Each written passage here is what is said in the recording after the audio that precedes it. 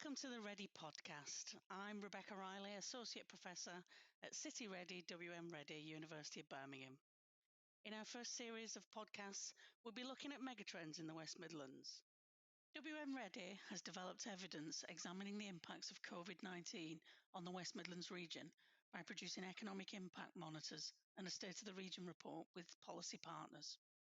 The WMCA commissioned further work to look at the megatrends identified in the State of the Region 2020 report.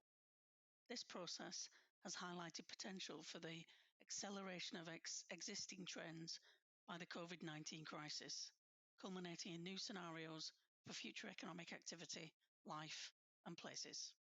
Some examples of megatrends we explored include business models and operations, work and training, future health and green spaces, local living, changing city centre business districts, just cities, generational conflict, urban responses and economic shocks, future mobility and tactical urbanism. There is a gap in policymakers' understanding of whether these trends will continue, altering the structure of society and businesses in the longer term. These podcasts and the larger programme of work it's part of will help us explore selected trends and scenarios with policymakers locally and nationally in more depth, helping them formulate economic recovery policy which takes account of these changes. The scenarios identified could have significant economic consequences and scarring effects for vulnerable groups and places as a result of impacts on human, social, physical and natural capital. This research examines these impacts and trends, developing future scenarios in greater depth in order to identify, along with policymakers, those policies which may be more effective in restarting the economy, encouraging recovery, and creating long-term renewal by encouraging positive trends and mitigating negative effects. I hope you enjoy the series, and for a more detailed look at megatrends, please download and read the associated provocations and report on the topic, Megatrends in the West Midlands.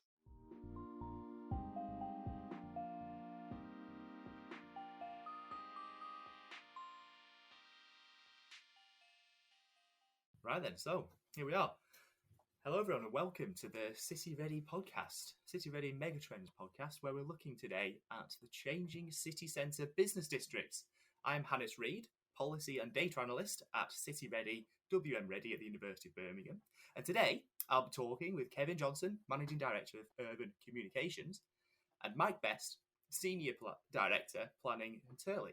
And both Kevin and Mike were involved in the Future Business District report and research from Colmore Business District, and that was ongoing from February 21-ish until about this time last year. So here we are today. Mike, welcome.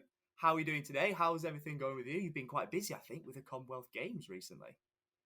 That's only attending, but it's been a great 11 days, hasn't it, for the city? So it feels a long way from COVID when I remember coming into the city centre in sort of the early summer of 2020, and that's probably what prompted us to Kevin and I to talk about the Future Business District study as a concept, really, that we were concerned, would people come back to the city and how would we get them back? And here we are 2 years later, and I suppose you just need a Commonwealth Games and job done, really.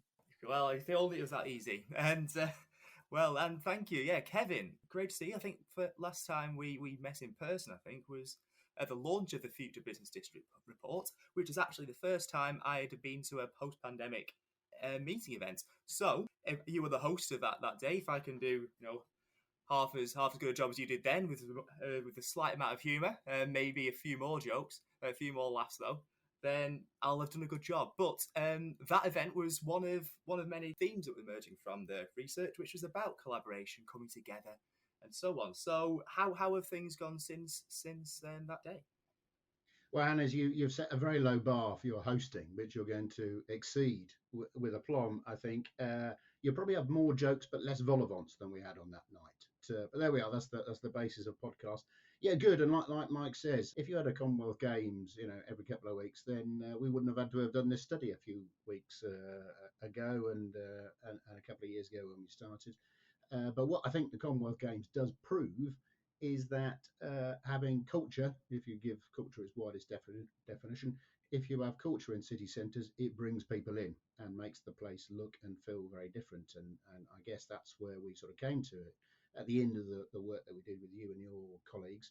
And I think what that night proved, that when we launched afternoon, evening, when we launched the report, is that people like coming together. They like coming together and being in the same space. Yes, they like having a drink and all of that, and they like talking about stuff. And we need more of that, more collaboration, and less focus on people just sitting at their desks in city centres. We can do that at home. It's the collaboration, it's the culture stuff that we want which is going to make the city centre come to life anywhere near as much as it did in the last couple of weeks. Yeah, I think that's true, really.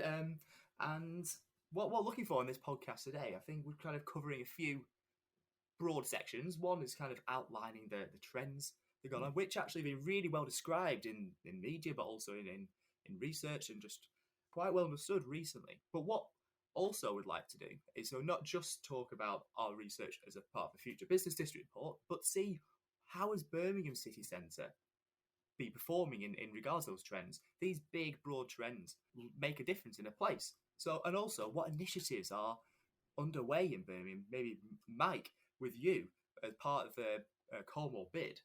What are these initiatives? So I'll start with posing that to you, Mike. What are the main trends in Birmingham, and how have organisations in the city centre been addressing them?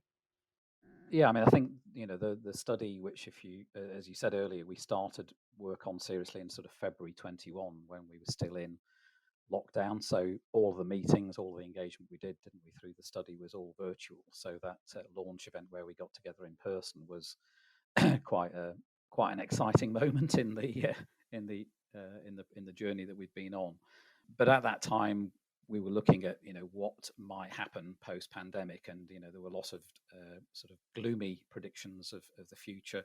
There were also a lot of people saying, "Oh, we'll just go back to normal afterwards." And sort of, I've sort of always referred back to Freedom Day, back in June of last year, when the government announced that the restrictions were lifted, but not necessarily everybody responded by going back to how they lived and worked before.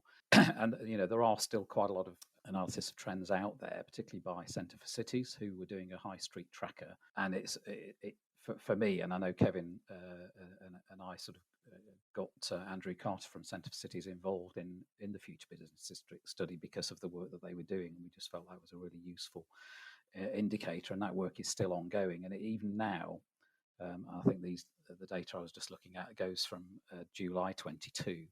But footfall in Birmingham city centre in its broadest sense is still only about 70%, 77% of where it was before the pandemic.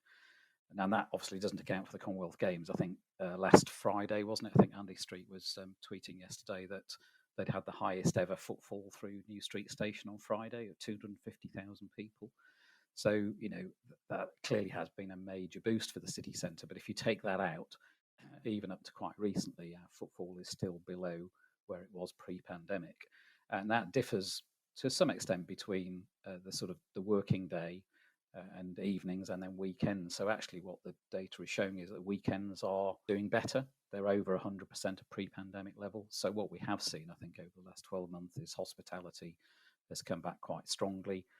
There are still challenges in the industry generally in terms of staffing levels, and we've seen that in many venues that haven't been able to provide all week round staffing. But I think hospitality has had something of a recovery. The nighttime economy is generally still down on where it was pre-pandemic, but it's in a better place. So I think what we're seeing, probably the most obvious signs of, is that the workers aren't coming back to the same extent that perhaps was predicted. And I think that's largely because here we are, recording a podcast on our laptops and screens. Teams remains the sort of the main means by which people are communicating and meeting, and it's highly efficient. Whether it's the best way to use our time and whether it's good for our mental health is a different thing altogether. But I think what most sort of professional services businesses are seeing anyway is that Teams is still dominating our working day. So people aren't coming back into the office in the same numbers. They're coming back in a different pattern. Some of them aren't working every day of the week. So you're seeing the sort of Tuesdays to Thursdays being the busiest days. People aren't necessarily coming in for the full working day. They're coming in outside of the traditional peak, which is probably good for public transport. But they're coming in for part of the day, particular meetings or particular gatherings, as Kevin was saying. That collaboration and connecting with other people has become the main driver for people coming into the office. I was in our London office yesterday, and they have a weekly meeting where they insist everybody comes in and meets face to face. And I think it has been a good thing to sort of get people back in the office, because particularly for those with longer commutes, working from home does work well, and people have found it fits better to their sort of family life as well. So I think those changes and hybrid working, as we said in the report, is definitely here to stay. So it's how we sort of attract people back in, and office occupancy levels are low. I think Savills were reporting quite recently at a national level something like 25% office occupancy compared to more like 60% pre-pandemic. So a lot of office occupiers and landlords are looking at, how do we create workspaces that people want to come back and use. And certainly a lot of businesses are reducing the number of desks, and they have been for a long time, haven't they, with hot desking, which certainly precedes the pandemic. But the better quality offices and the newer offices and the businesses that can afford to do the refurbs I think are proving successful, and they're attracting a lot of people back. I think there's a whole secondary and tertiary market in offices and businesses who simply can't afford to spend that kind of money, who probably aren't attracting people back. And one, certainly anecdotally and from some of the evidence I've seen, local authorities aren't necessarily getting people back into their town and city centre offices. And I think that's, something of an issue, that the public sector isn't coming back. And I know that's a bit of a Jacob Rees-Mogg thing to say, but it's all about the culture, isn't it? If you've got the right sort of culture and environment for people to come back into, and then there are the attractions in a city centre or a town centre environment to get people back, that's what's going to drive the footfall. So that's how we'll get on to talking about initiatives, but that's what we've been really focused on from a bid perspective and a city centre management perspective. What can we do in the space between, as our report said, that sort of appeals to people's desire to get back together, enjoy the sort of the community that we create in the city centre, but clearly work and how office businesses perform is key to that as well. Yeah, I think you summed up quite succinctly all the different main trends in our report, whether that's the digital way of working, meaning hybrid work is here to stay, but there's still that demand for continued interaction, collaboration, which can then, it could be a cultural way. The growth of cultural organisations could, and those sectors, hospitality and so on, could be a beneficiary of that, especially when you're looking at the footfall in numbers terms might be different, but the reasons behind that footfall, coming on weekends, coming in not just for work, but for experience of something you can't get elsewhere. These are things, but also there are some negatives, like you mentioned, whether that's good for people's well-being. There are cities then maybe places where affluent younger people who are mobile can access. Well, what about safety as well on transport? So these are like, as we all know, positives and negatives here. But in our report, we try to map this like a scenario map. We don't know what's going to happen in the future. We're not all Doctor Who. But if we do experience, say, an increase in footfall for experiential or for cultural or those sorts of initiatives going on, we could see a certain type of future city centre where one way is becoming, rather than becoming a ghost town, people come in for maybe a city playground scenario. People come in just for something to experience you can't get elsewhere. So that's what we've kind of identified in the report, Kevin. Do you think that which is that something that's likely to continue? It's very difficult to predict, and of course with your work and your colleagues at City-REDI, WMREDI, we didn't want to sort of give a prediction or even a sort of desired point on that sort of quadrant axis that you guys came up with. I think what we're seeing already is that there's a playground element there that Mike's touched on, and obviously the Commonwealth Games are a bit of an oddity too, but hopefully we'll have a long-lasting legacy that goes beyond just hanging around to watch a bit of athletics in the city centre and enjoy the festival and the fan parks and so on. What we are seeing, of course, as Mike touched on, is more people coming in at the weekends. That's a general trend in a lot of cities on the return from the pandemic. So you would hope that there's a move away from the ghost town that there was to some degree, although that was changing already, a move away from the ghost town at weekends. You'd want to try and get the nighttime economy back a little bit more. And I think that one of the things that we really focused on in the report was not just about either getting people back or even going for a roaring 20s sort of scenario that was mapped out, a bit like in the return from 100 years ago. That you've just got a lot of high level activity going on. What we wanted to try and ensure is that we've got a more open and inclusive city centre and business district, that the kind of people from all kinds of backgrounds, from all parts of the city, from all parts of the region and beyond, did not see the city centre as somewhere where they were not welcome, that they were not engaged in professional services, or they couldn't come and enjoy the retail offer in the city centre. And they felt for some reason excluded. I think there was a real desire in our work to say that, as we return, as people come back to the office, albeit in a very slightly reduced amount of frequency, is that we wanted to grow the city centre with more activity, with more people coming in that felt excluded for economic, social, or other reasons. And of course, that we get people to enjoy the city centre at all times, and coming back to a burgeoning nighttime economy, but also getting more activity in the weekend. Now, it's far too early to tell. Even we're nearing a year since we stood in that room with my poor jokes and some vol au vents and warm white wine. But so I think it's still too early to say. But I think there are some trends there that the kind of things that you guys in a sense predicted, or at least analysed, the 3-2 week or the 2-3 week, three in the office, 2 at home, or vice versa. That seems to be very broadly the case, particularly when it comes to professional services, knowledge intensive businesses. But that culture, hybrid working, more agility, all these kind of things, the focus on safety and transport, public places and the offices, all these issues are playing out, it would seem, and they're having an impact on what people do and where they spend their time. So I would hope, a very long-winded way of answering your question, Hannes, I would hope that we come to a point which is, yes, city playground, but not city playground to the detriment of not being a working space.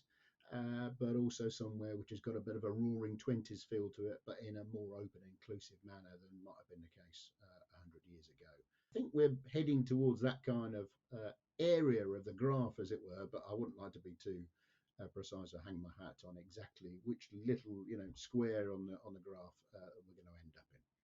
Yeah, that's an important point. And I think when we're doing podcasts, it's we're talking about a visual here, so we'll have to maybe bring this to life. So on this axis, looking at how increasing in footfall, we're looking at the reason behind footfall, aren't we?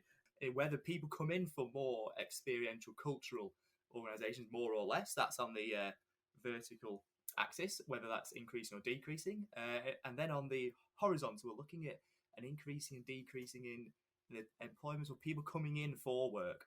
What sort of work are people coming in for? And this is like just a map, a potential way of seeing what could happen. And now we're 2 years after the start of the pandemic. Like Kevin, you said, we can't see where we are on this place, but there are positives and negatives of each of these city playground quadrant. For example, those quadrants such as a city playground. And I think, Mike, we're looking now, we can do something about this. We've got a bit of a vision that Kevin's outlined. And we'd also like to think, what can we do in Birmingham City Centre to make the most of these opportunities, mitigate some challenges as well, but really bring them to life? Yeah, that's right, Hannes. And I mean, some of the initiatives that came out of the study we're starting to develop through the bid, but also bids working together. And I think one of the biggest things that came out of the pandemic was a more collaborative working between all of the agencies. I think initially, even in the first week of the pandemic, I think we sent all of our security team home because, there was nobody in the city centre. But then actually the police and the city council said, well, we'd quite like you in because there's plenty of things we need to do just to sort of maintain order. And I think that started a collaborative process which has continued over the last 2 years. So everything from, the way that we are sort of providing, effectively an ambassador service through to dealing with security issues is working much better across the city centre between all of our sort of on-site teams. But then we're collaborating on lots of ideas around events and activities to sort of enliven our spaces, and that's proven a real positive. And I think that will, over time, lead to, I suppose, a more city centre-wide approach. Because when we looked at Future Business District Study, we managed to get funding from the WMCA, from the City Council, and from all 5 bids in the city centre. And some of the natural inclination was to say, look, this study is about the business district, so you're looking after yourselves. But what I think the study very quickly identified was that we're all quite reliant on each other. So the retail area, the business area, the hospitality areas like South Side, and even then residential areas like the Jewellery Quarter and West Side, there are connections between them all, and the entertainment districts and so on and so forth. So we're wanting to try and broaden out our scope. And just taking one example, I think cultural enterprise zones have been talked about, and I think a number have been identified around the city centre.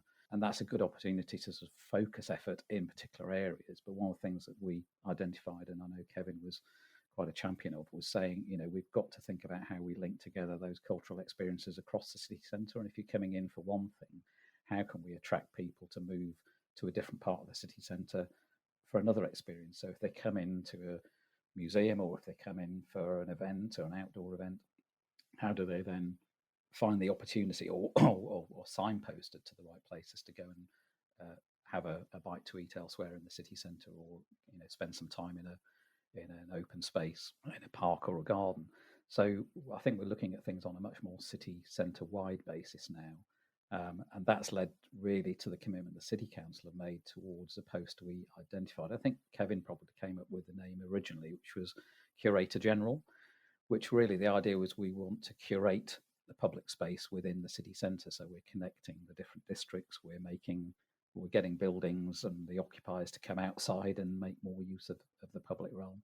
And so if we can manage or curate that space across the whole city centre, that can be a real positive reason for people to come back into the city. So this role we'd kicked around for quite a while, and I think off the back of the Commonwealth Games, and obviously there was a lot of talk this week about legacy, and I think one of the big points that's coming out of the legacy message, both from the organising committee and the City Council, is about sort of social inclusion and sustainability.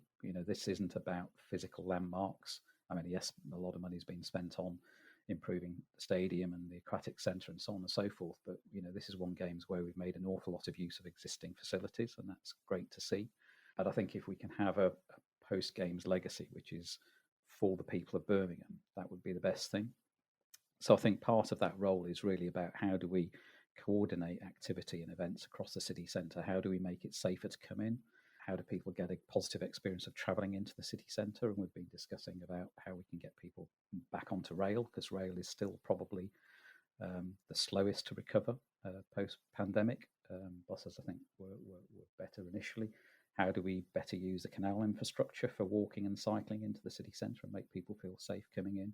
And then how do we animate spaces, get people active? How do we make more use of the cycle hire and scooters and other forms of personal mobility to get around the city centre? And that new role, we're actively talking to all the bids and the City Council at the moment to see if we can get that funded and appointed to be a new city centre wide role, which we've not really had in the city for quite a while. The City Council covers obviously the whole city. The Future City Plan is very much about broadening out beyond the city centre and reaching out to those inner urban suburbs that have been forgotten. And that is a great thing. But I think, increasing the size of the city centre isn't really what that's about. It's more about access to opportunity. And I think for the city centre, if we can attract and appeal to more people to come in, the city centre is the city centre for the people of Birmingham. It's not just for the sort of traditional workers. So I think a more inclusive approach where people feel, they can come into the city centre, they can use it, the public spaces are there for them, would be a much better, long-term, more sustainable future for the city centre as a whole and the business district. So those are sort of some of the ideas we've got about how to appeal and attract more people into the city centre. Yeah, I think you made a good point there, Mike, about the reasons really for a city centre. What is the point? Because if you look at city centres over time, they've always changed, right? I mean, the trends that are happening prior to the pandemic, such as this hybrid working, for example, was already ongoing.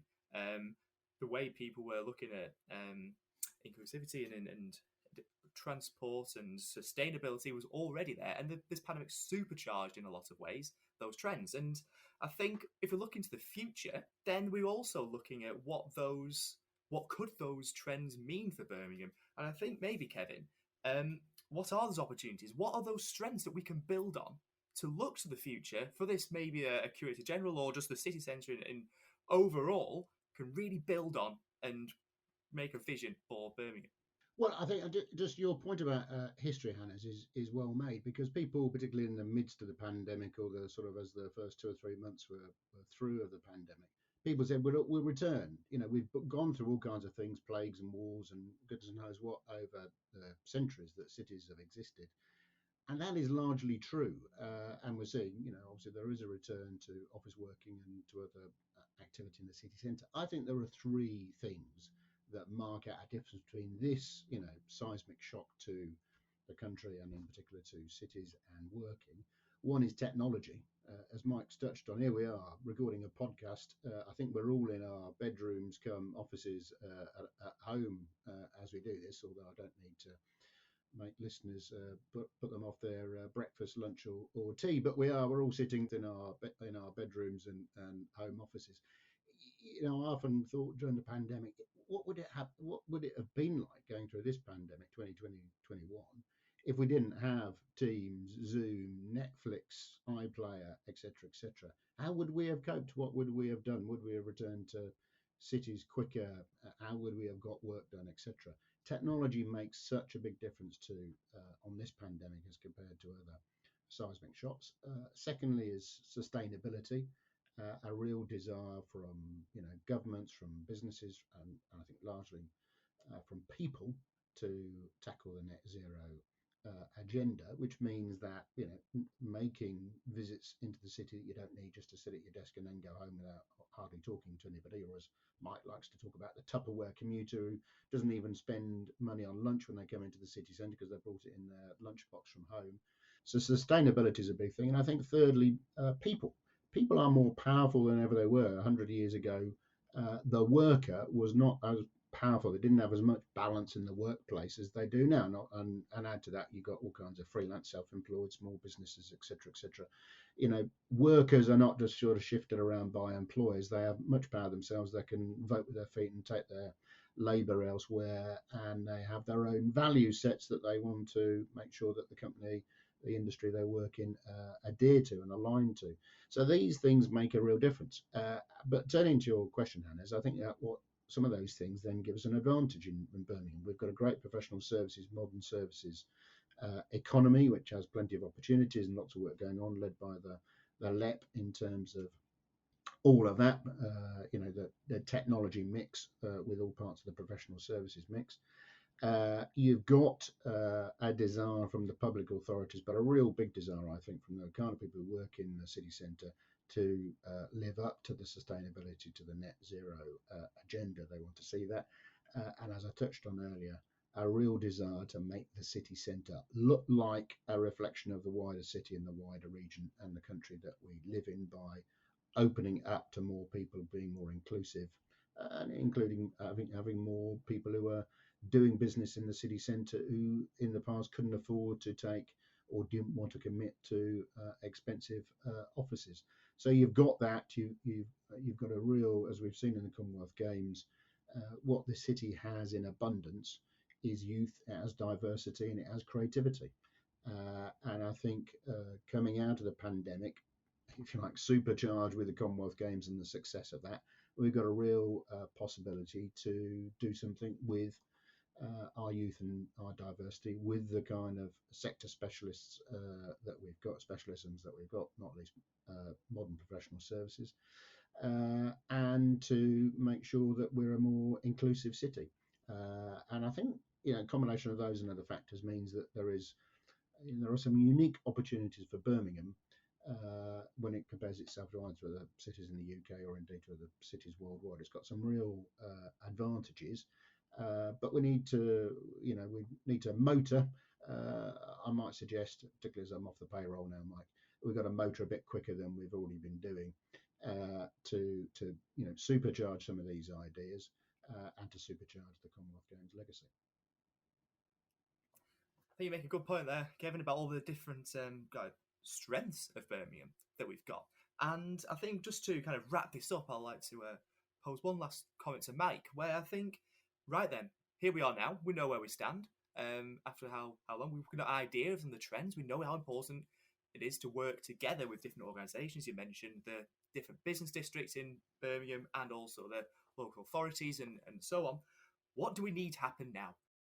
Yeah, I mean, Kevin's absolutely right. We do need to accelerate the process of implementation, and that's often the way, isn't it? That so many other things kind of get in the way. But I think the Games does give us an opportunity with the sort of the legacy to really supercharge some of these ideas, because I think it's proven that collaboration and working together, and delivering a Games very quickly, has been a real lesson that I think even Paris are talking to Birmingham now about how they can make a more sustainable Games work for them in 2 years' time for the Olympics.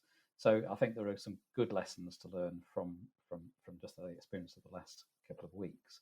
But for us, in terms of the city centre, I think it's now really a case of saying, let's do more around engaging with senior leaders and particularly landlords and those who are sort of driving the property market to understand how we can unlock the potential of the property in the city centre, because I think we can make more of that. That might be more residential. It's more flexible workspaces that we've talked about. Let's make Birmingham the home of hybrid, and I think there's more we can do there. I think there's a whole lot we can do around culture and public space, and animating it, and we've proven we can do that in the last couple of weeks as well. So let's continue to do that. And I know there are a lot of events with the B2022 Cultural Festival that carries on until September, but beyond that, through the winter, it would be great to have more of those kind of activities. And then thirdly, it's about how do we get people into and attracted back into the city centre. And again, I think just the experience of free public transport for the Games has been another really good example of how if you make things easier, people will do them. I think people were put off, I found, when we first started coming back after the lockdowns. People had got so used to commuting over very many years and then hadn't done it for a period of time. And I know there's a whole thing around sticky behaviour and how people go back to what they did before, but a lot of people I found have stopped commuting, particularly in peak times, because they just don't want to anymore. That's been a really big psychological moment for a lot of people. So how we get people back into the city centre and make it easier to choose the time you want to travel, that there's flexible public transport, that there's evening services and so on and so forth, that make it easy to come in for an evening and go to the theatre or go for a meal or go to see the band or go to a club and get home at night. Those are the sorts of things that we need to do more of. So it's a lot of collaboration with the transport providers and the transport authorities as well. So it's not a short answer, but it's that collaboration across the board on 5 or 6 different fronts, which we identified in the space between report, and doing them all well. Right then, well then, thank you very much, Mike, Kevin. Fantastic to speak to you both. Great to see you again as well. And in this hybrid way of working, here we are, having spent most of our time meeting each other on the internet, on Zoom calls. We're here again. So that maybe that's one interesting thing about our research is that yes, maybe there are different ways of working, but still can do something useful. And hopefully found this podcast interesting. Here we are on the Megatrends, the City-REDI podcast. Please like and subscribe and listen to all the others that have been going on. We're part of a series, and hopefully hear more from us soon. All the best. Right, thank you very much. Thank you. Thanks.